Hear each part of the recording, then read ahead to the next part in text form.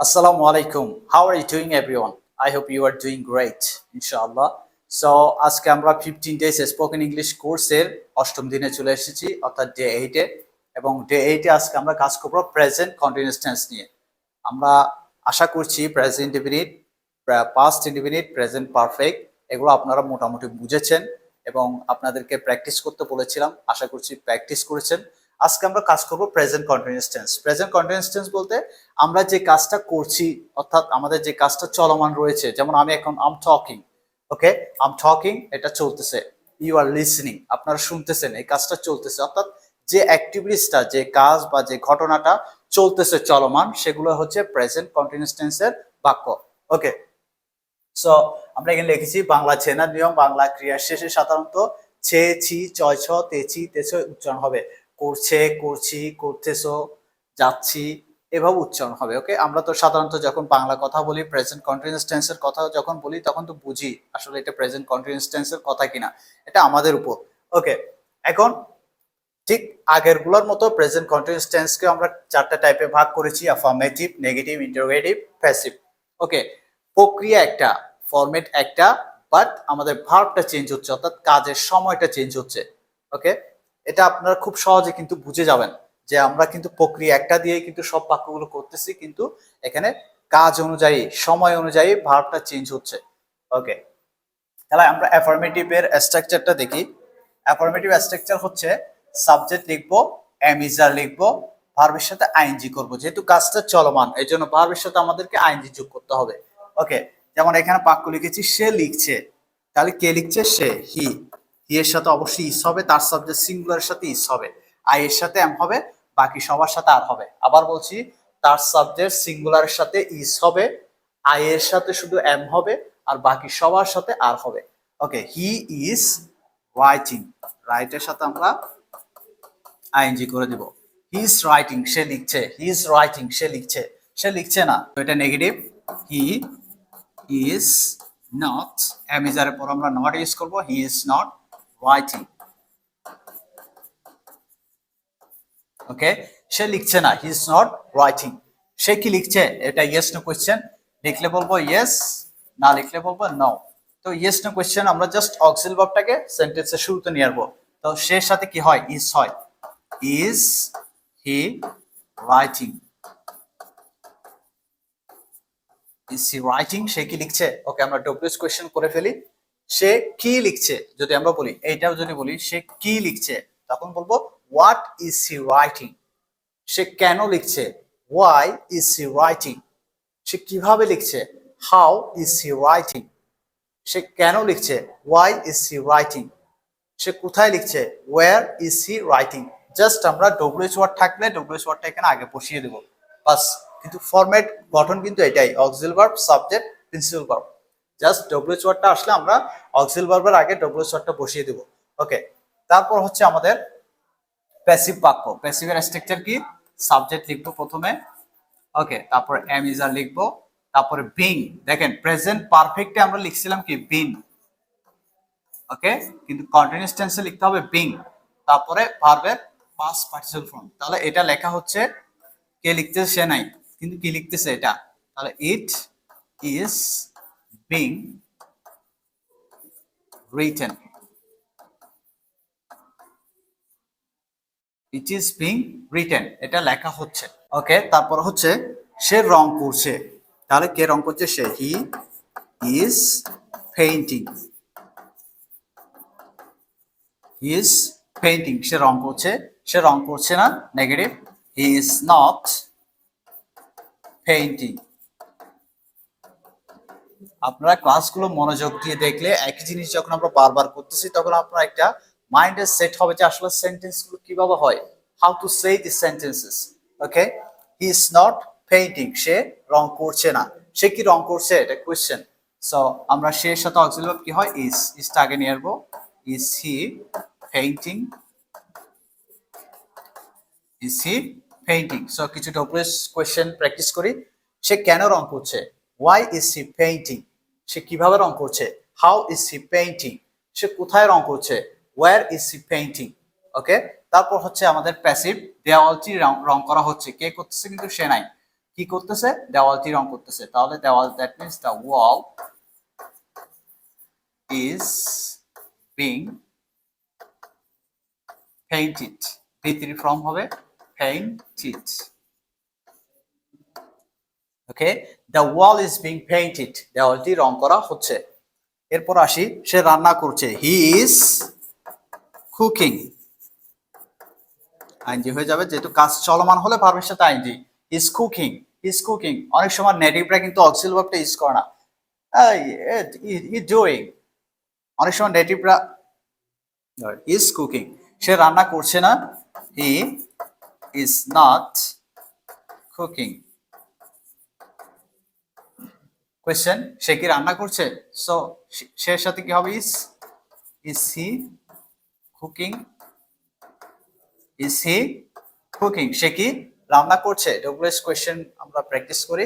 সে কেন রান্না করছে? Why is he cooking. সে কোথায় রান্না করছে? ওয়্যার। সে কোথায় রান্না করছে? Where is he cooking. সে কিভাবে রান্না করছে? How is he cooking.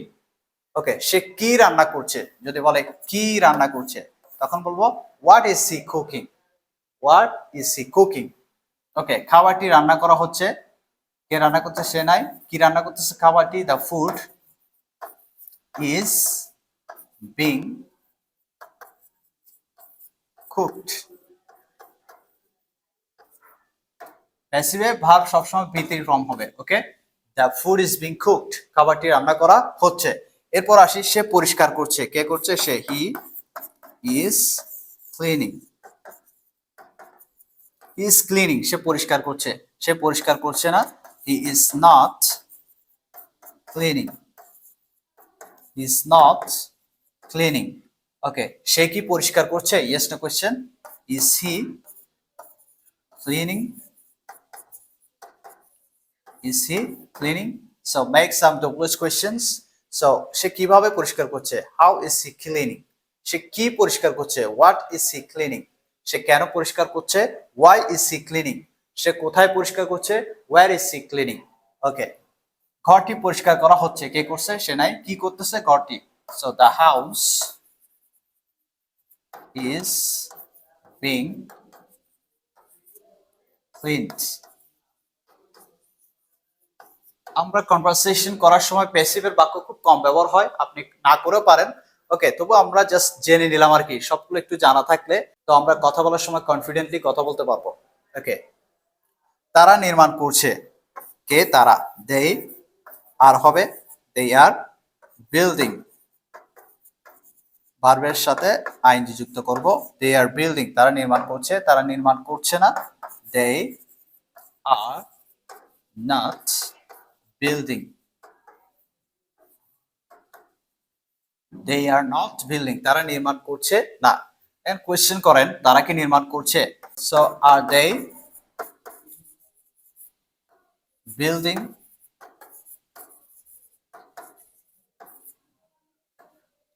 ওকে, তারা কি নির্মাণ করছে? হোয়াট আর দে বিল্ডিং, তারা কিভাবে নির্মাণ করছে? হাউ আর দে বিল্ডিং, তারা কেন নির্মাণ করছে? ওয়াই আর দে বিল্ডিং। ওকে, এভাবে করে আপনি কিন্তু খুব সহজে ডব্লিউএস কোয়েশ্চেন তৈরি করতে পারবেন। এখন আপনাকে 10টা বা 100টা ডব্লিউএস কোয়েশ্চেন শিখতে হবে না, আপনি এখন ফরম্যাট জেনে গেছেন। আপনাকে জাস্ট কোন সময়ের কথা বলতেছেন সেই সময়ের ভার্বটাকে সেন্টেন্সের শুরুতে নিয়ে আসলে, এটা কোয়েশ্চেন হয়ে যাবে। আপনাকে যখন কেউ কোয়েশ্চেন করবেন তখন আপনি বুঝতে পারবেন যে সে কিসের কোয়েশ্চেন করতেছে, যদি আপনি ক্লাসগুলো করে থাকেন। ওকে, ভবনটি নির্মাণ করা হচ্ছে। কে করতে? সে নাই। তাহলে এটা প্যাসিভ।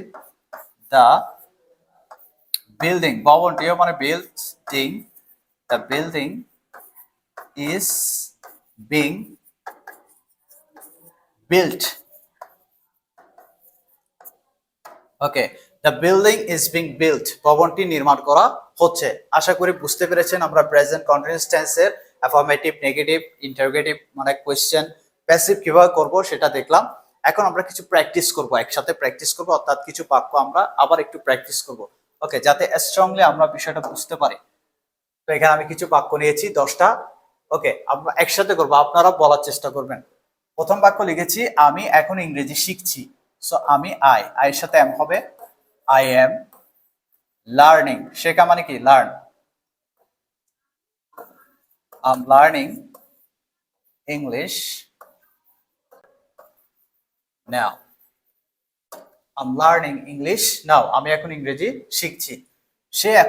সে এই মুহূর্তে টিভি দেখছে না, তাহলে he is not, এটা negative, is not watching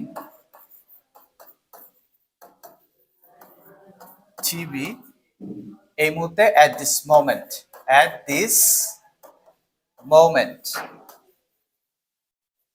He was not watching TV at this moment. He is not watching TV at this moment. সে এই মুহূর্তে টিভি দেখছে না। তুমি কি আমার কথা শুনছো? সো কোয়েশ্চেন করছে, তো তুমির সাথে কি am হয় না is হয় না আর হয়? অবশ্যই আর হবে। Are you listening? আই যে হবে। Are you listening to me? তুমি কি আমার কথা শুনছো? তারপরে বাক্য বলেছে তারা মাঠে খেলছে। কারা খেলছে? তারা। They are playing in the field. They are playing in the field. আমরা এখন রাতের খাবার খাচ্ছি না, তো এটা নেগেটিভ। আমরা দ্যাট মিন্স we এর সাথে আর হবে we are not eating রাতের খাবার, দ্যাট মিন্স ডিনার বা সাপারও লিখতে পারি। We are not eating dinner now. আমরা এখন রাতের খাবার খাচ্ছি না। We are not eating dinner now or we are not eating supper now. ওকে, তারপর বাক্যটা হচ্ছে সে কি তোমাকে সাহায্য করছে? Yes to question. সো সের সাথে কি হয়? is হয়। isটাকে আগে লিখে ফেলবো। is, তারপর subject he. Is he helping you? Simple না? Is he helping you? সে কি তোমাকে সাহায্য করছে? ওকে, এর পরেরটা দেখি। শিক্ষক এখন পাঠ বুঝিয়ে দিচ্ছেন। আচ্ছা, এখানে টিচ মানে পড়ানো বা শেখানো, বুঝিয়ে দেওয়া এক্সপ্লেইন বলতে পারি। এক্সপ্লেইন মানে বুঝিয়ে দেওয়া। সো শিক্ষক দ্য টিচার, নির্দিষ্ট শিক্ষক। দ্য টিচার ইজ, যেহেতু একজন শিক্ষককে বোঝাচ্ছে যে ইজ হবে, the teacher is explaining, ING হয়ে যাবে। দ্য টিচার ইজ এক্সপ্লেইনিং, শিক্ষক বুঝিয়ে দিচ্ছে। কি বুঝিয়ে দিচ্ছে? দ্য লেসন মানে পাঠ। The teacher is explaining the lesson now. শিক্ষক এখন কি বুঝিয়ে দিচ্ছেন? পাঠ বুঝিয়ে দিচ্ছেন। এর পরেরটা দেখি। আমি আজ অফিসে কাজ করছি। সো কে কাজ করছে? আমি, I am working. I'm working now at office. নাওটা আমরা এখানেও দিতে পারি, শেষেও দিতে পারি, at office. Okay, I'm working now at office অথবা I'm now working at office. নাওটা আমরা এখানেও বসাতে পারি, no problem. I'm working now at office. Okay, তারপরটা হচ্ছে তোমরা কি বাসের জন্য অপেক্ষা করছো? কোয়েশ্চেন করছে। সো তোমরার সাথে কি হবে? Auxiliary verb are you waiting?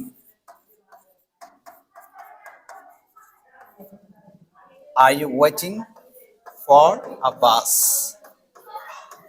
যে কোনো একটা বাস, এই জন্য এ লিখেছি। নির্দিষ্ট বাস হলে তা লিখতাম। Are you waiting for a bus, তোমরা কি বাসের জন্য অপেক্ষা করছো? ওকে, এরপর বলেছে লাস্ট বাক্যটা, একটি নতুন ভবন নির্মাণ করা হচ্ছে। এটা প্যাসিভ, কে নির্মাণ করতেছে? সে কিন্তু নাই। সো কি নির্মাণ করতেছে? একটি নতুন ভবন, এটা সাবজেক্ট। নিউ বিল্ডিং is, যেটা একটা, এই জন্য ইস হবে। আর new building is being built, বিথির ফর্ম। ওকে, আর new building is being built, একটা নতুন ভবন তৈরি করা হচ্ছে বা নির্মাণ করা হচ্ছে। That's all. আশা করি বুঝতে পেরেছেন। আজকে আমরা প্রেজেন্ট কন্টিনিউয়াস টেন্স নিয়ে কাজ করলাম। প্রেজেন্ট কন্টিনিউয়াস টেন্সের অ্যাফার্মেটিভ, নেগেটিভ, কোয়েশ্চেন, প্যাসিভ, এগুলোই তো কথা, এগুলোই তো আমাদের বলতে হয়। তো এই বিষয়গুলো যদি আমরা গঠনটা জানি এবং প্র্যাকটিস করি, খুব সহজে কিন্তু আপনি ভাষাটা আয়ত্ত করতে পারবেন। Very simple, just do it, just practice for few days. Okay, সবাই ভালো থাকবেন, কিপ প্র্যাকটিসিং। আসসালামু আলাইকুম।